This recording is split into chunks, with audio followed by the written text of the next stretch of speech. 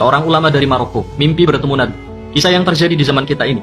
Nabi berkata kepadanya, pergilah kamu ke Mekah, temui Fulan bin Fulan. Beritahu dia bahwa dia adalah ahli surga. Malam kedua pun dia mimpi yang sama. Malam ketiga pun juga. 3 malam berturut-turut mimpi Nabi dengan pesan yang sama. Maka ulama Maroko ini pun mengumpulkan hartanya, perbekalannya untuk pergi ke Mekah.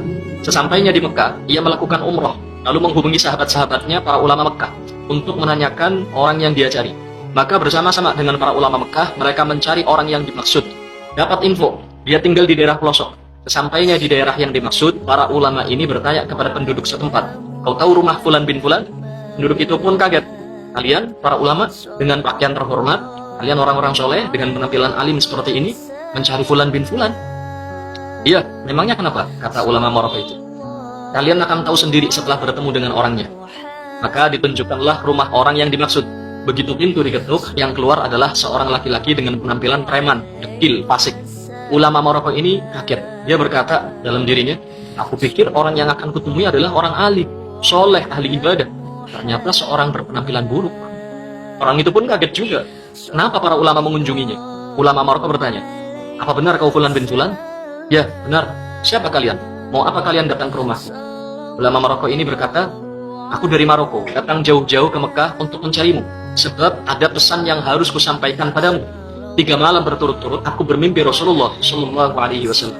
Beliau berpesan, pergilah kamu ke Mekah, temui Fulan bin Fulan, beritahu dia bahwa dia ahli surga.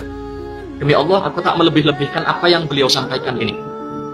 Orang ini pun menangis, menepuk-nepuk kepalanya, gak percaya. Aku ahli surga? Oh pasti bohong. Orang sepertiku tidak mungkin mendapat kabar seperti ini. Ulama Maroko ini mengatakan, wallahi, aku baru selesai umroh, gak mungkin aku dusta dalam kata-kataku. Orang itu pun terduduk lemas, dia menangis. Ulama Maroko berkata, demi Allah, apa amal perbuatan yang kau lakukan sampai kau dapat kabar gembira seperti ini?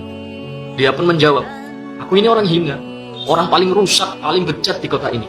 Aku selalu sembrono dalam sholat. Bertahun-tahun aku tak pernah ke Masjidil Haram, padahal aku tinggal dekat Ka'bah. Aku ini orang rusak, aku tidak punya amal apapun.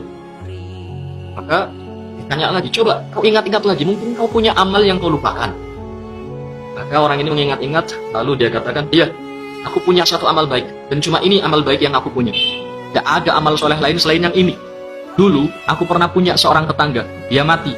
Dia meninggalkan istrinya menjanda dan anak-anaknya yatim. Saat itu aku bernazar, akan membagi 2 semua upahku. Satu untukku dan keluargaku, satu lagi untuk janda tetanggaku dan anak-anaknya. Wallahi, dari semenjak itu sampai hari ini, aku masih terus membagi 2 upahku untuk keluargaku dan untuk mereka.